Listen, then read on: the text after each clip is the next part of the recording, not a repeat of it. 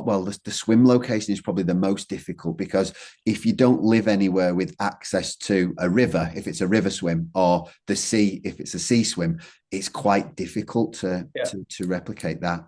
I suppose that's just where it's about like discussing tactics, doesn't it? You know, if you're in a river, you probably want to be swimming.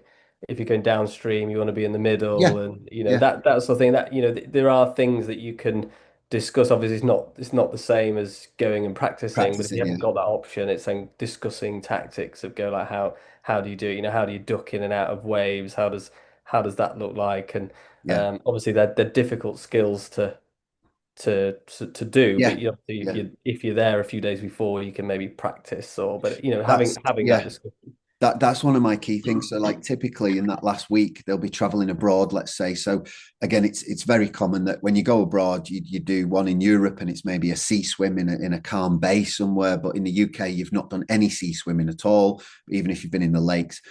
But if you fly, say, 4 days before the race, which is kind of 3 to 4 days, which is quite common, Yeah, as part of the taper, I'll prioritize the swim while they're there, yeah, because for running, you've just got to prime your legs a little bit. So we want like a 15 to 20 minute jog with some strides, and that you could do that anywhere. You could almost do it on a treadmill and it still be absolutely fine.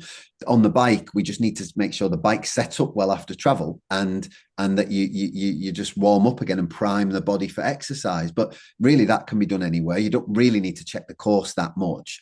But on the swim, I'll try to advise them to get like two sea swims if they can, and to do it at the same time of day as race start, or as close as yeah, possible, because the sea conditions change all day. And one yeah, of the biggest mistakes I ever made was going to Ironman Nice and swimming late in the afternoon as soon as I arrived. And I got bounced around and thrown all over the place.